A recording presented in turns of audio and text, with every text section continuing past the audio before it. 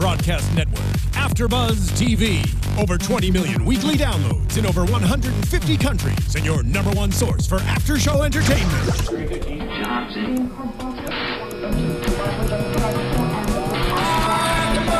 AFTERBUZZ TV, the destination for TV superfans. Producing after shows for over 300 of your favorite TV shows. Interviewing celebrities and showrunners. And bringing you behind-the-scenes exclusives. All thanks to E! Entertainment's Maria Menounos, producer Kevin Undergaro, and internet leader Akamai. Now, let the buzz begin!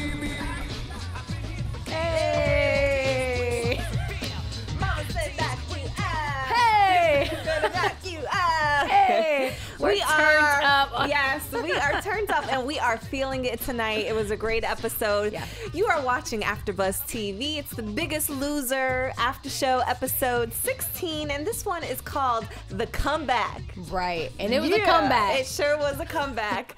I'm your host, Fallon Mercedes. You can find me online at fitwithfallon.com and at fitwithfallon on Twitter and on Instagram.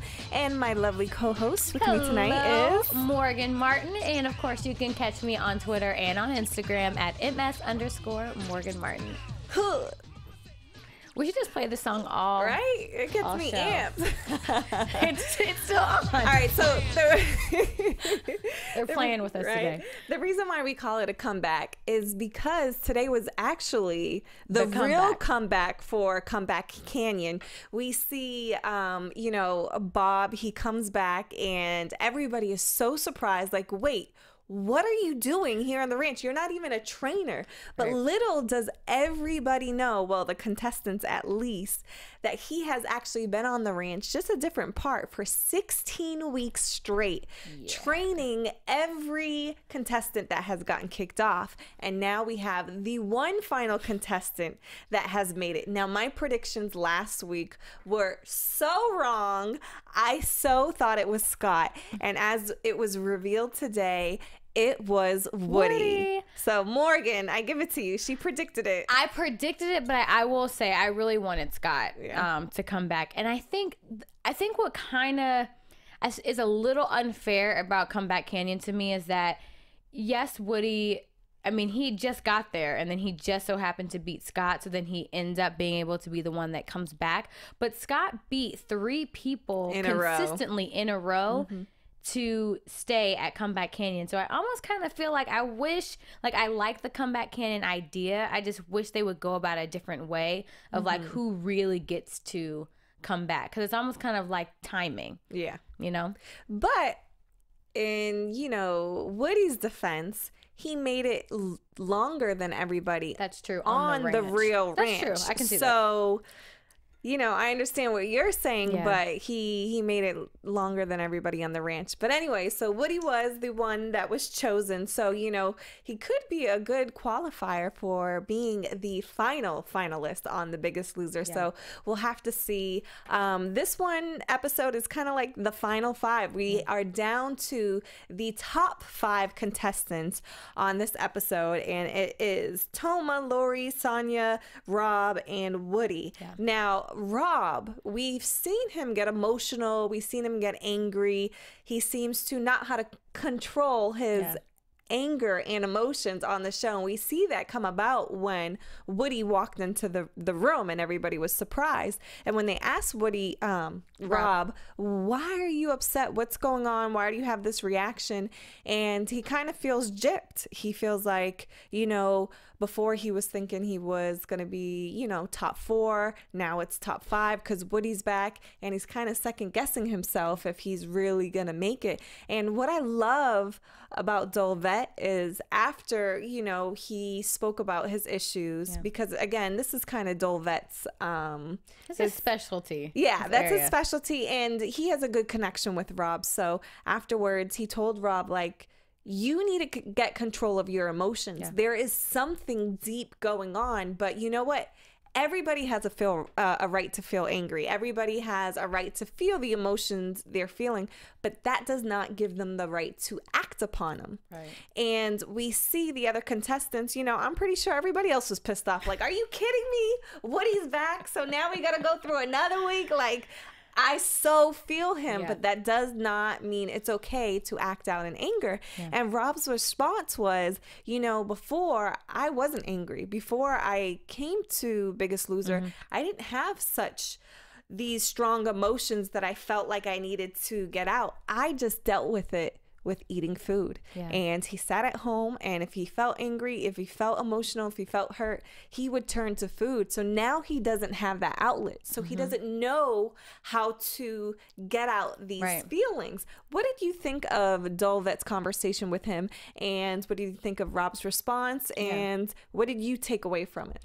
I mean, I think that the thing about Rob, he keeps talking about being real. And so I think on the outside looking in, it's like, yo, you're being crazy. Like, why are you going off? But I'm glad that we got to really see the conversation with him and Dolvett, because you understood where that comes from. And I think it's like, honestly, I think a lot of times that happens in life. Like, you see somebody go off, or they're mad emotional, or they're crying, and you're just like, yo, this is not that serious, until you really start to understand what's going on. It's so much deeper than that. I mean, he didn't know. He was really trying to be real. Dang, a light bulb just went off in my own head. Like, oh, that's why I'm feeling like this.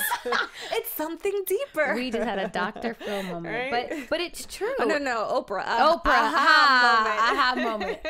And I think it's true. And Dolvett said something. He said, I not only want you to win the Biggest Loser, he's like, but I want you to be able to win in life. And he talked about how at the end of the day, even if Rob could win, he could win the money, he could help his family, but at some point in time in his life, all of those things are going to go away, and it's going to mean absolutely nothing if he can't tackle that. And I think that's huge. That's very huge, because once those lights go off and everybody goes home and there's no more cameras around you, nobody cares, and you still have to deal with what you have inside. So you know what, I'm very surprised. I'm surprised that Biggest Loser doesn't have a psychologist on set. I think maybe producers, maybe next season, you know, have a psychologist on set and have them sit down and talk to the psychologist of what they're going through. I know the trainers kind of act as, you know, a psychologist, but I think, you know, being overweight, overeating, those are all inside issues that are going on that it's not, you know, a lot of times people are overweight because it's mental. You know, it's something going on in the mind that's going on inside. So yeah, it would be quite something to see to have a psychologist on.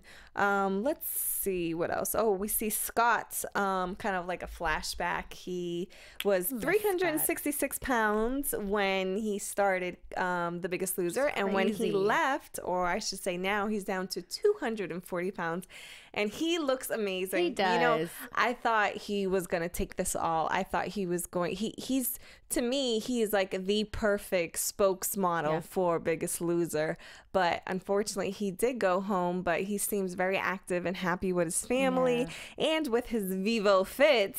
Did you see that? Yeah, shameless plug. But can I say this? I was at home this week and I was cooking turkey bacon. I was making breakfast, and when I pulled out the bacon, I looked at it and I'm like, it said Biggest Loser Thursday night, 8 o'clock. I said, are they really promoting Biggest Loser on turkey bacon? Oh, but they are. Like, it's, I can't even, I'm eating, and like, I'm eating bacon. And but it did remind you about the show. So it sure did. It said, you know what? I'm happy I'm eating turkey bacon, and I'm going to tune in Thursday night. So shout out to the marketing team for Biggest Loser. You guys are reaping in this season, because the marketing, it almost takes away from Biggest Loser in the show. It seems like the Luna Bar, the Vivo Fit, the Jenny O turkey bacon, it's like every segment, every other segment in the show, it's like they're promoting. But I know, you know, bills have to be paid, right? Checks have to be signed. Absolutely. So Absolutely. And I mean, I think at the end of the day, I mean, of course, bringing those in, but I'm glad that even in this episode, they're starting to continue to focus even more on, yes, of course, they're working out, but just even going into more of their personal lives. And it was so great just to see Scott, you know, tossing the ball with his old football friends at University of Utah. And he looked, you can just see, I mean, he looked like the stud quarterback that, you know, I know that he once was. So it was good to see, and him with his family. Yeah, everybody seems like, even we see a flashback later on to Lori, how she's doing, how much weight she lost, and she seems so much happier. She says now she's the laughing, happy mom, and it's so sad to see that this weight like holds back their happiness and their confidence. And Lori said, you know, she had lost her confidence until she was on the show. She had gained it back. And it's just sad that weight can do that, because, you know, when you look in the mirror, you are not just your physicality. You know, you're so much more than that. Whether you have an extra 100 pounds on you or you're, you know, 50 pounds less or whatever it is. It's just sad that, I don't know if it's American society, we make you think you're not as worthwhile if you have added pounds on you. So I just, I don't know. I feel bad. Like I think it's, you should feel great. You lost the weight, you put in the work, but I feel like you should still be able to be confident even if you're not a size 2. Yeah. So, and I think it's two things. I think it's one, it's yes, that lack of self-confidence when you look in the mirror and not being happy with what you see. But I think she even talked about it was depressing for her because she had such lack of energy throughout the day. So even, you know, being the mom, the fun mom that she wanted to be, and being able to get on the roller coasters and all those things, it was less of even just, you know, what she looked like on the outside, but physically it was hard for her to be able to do some of the things that she wanted to do. We see a challenge that happened today that included a row machine, weighted basketballs, and a whole bunch of, you know, just competing against one another.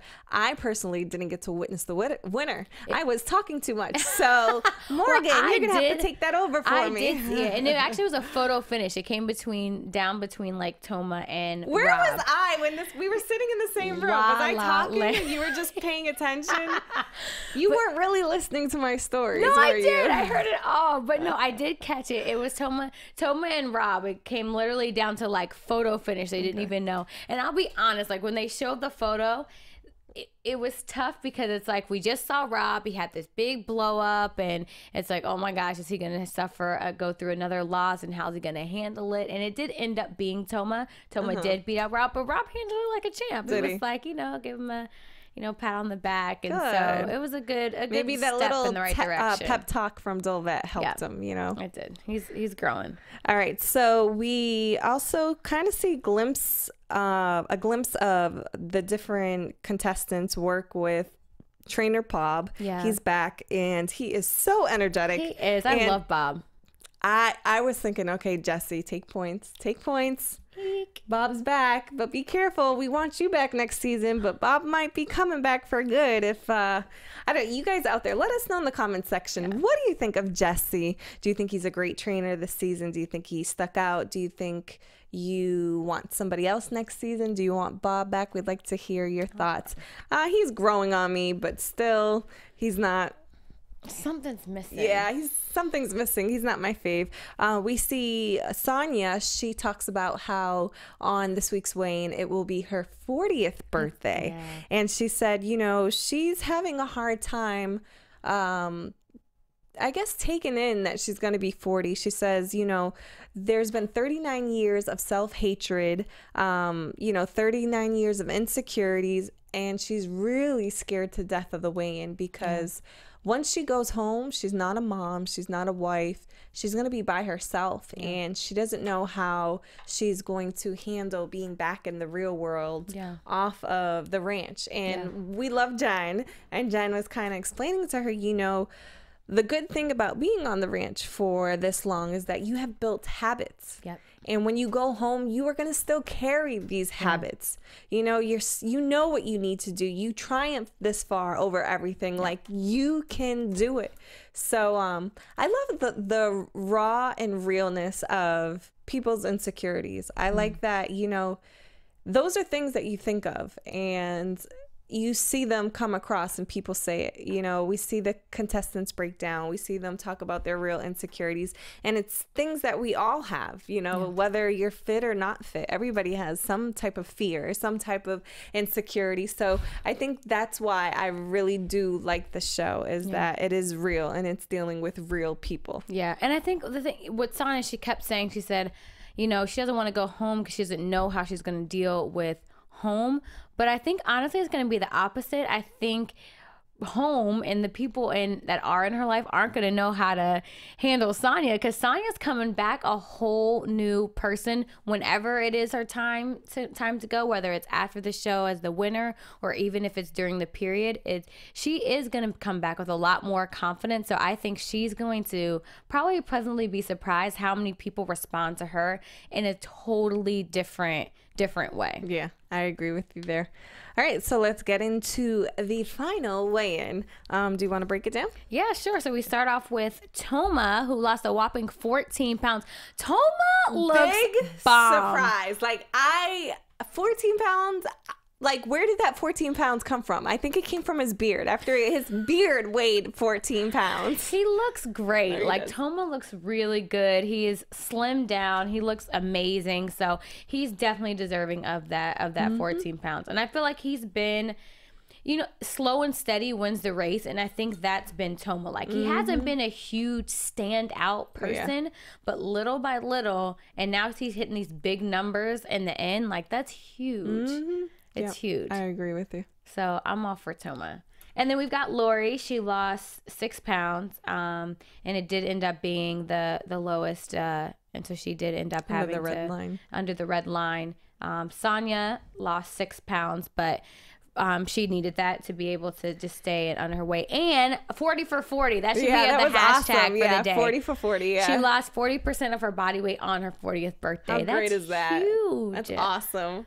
Go Sonia. Go Sonia. So we got 40 for 40 with Sonia. And then we've got Rob, who lost a whopping 15 pounds. Huge. Yep. Huge. Like, I think he channeled all that anger and put it through his workout. And we've seen him work out one-on-one with, trainer Bob. And he came to this kind of like box jump. Yeah, where he just felt like he couldn't jump on the box. Now, I'll say this. I have trained clients who are scared to jump on the box. Yeah. There's something about, even though it's not that high. And what killed me was, because I was screaming at the television while watching. I'm like, Rob, you just jumped down a cliff with a waterfall. Like, you can jump on this little 2-foot box, but you know, everybody has different fears. And Bob was coaching him through it, you know, trying to get him to jump on the box without, you know, being too aggressive and angry. And then he finally overcame it and he jumped on the box, as well as many other things that he did for the workout. But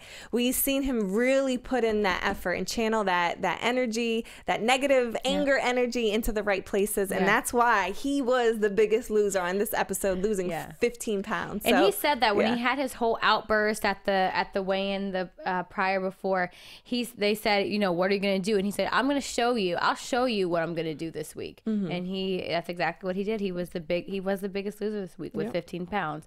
And then we've got Woody, who came back big again with 11 pounds. Now, Woody, we were all scared of, I think, because, you know, he didn't want to be 1 for 1. He didn't want to go to Comeback Canyon, you know, win it, come back, and then lose it. Like, that's what I was afraid of this episode.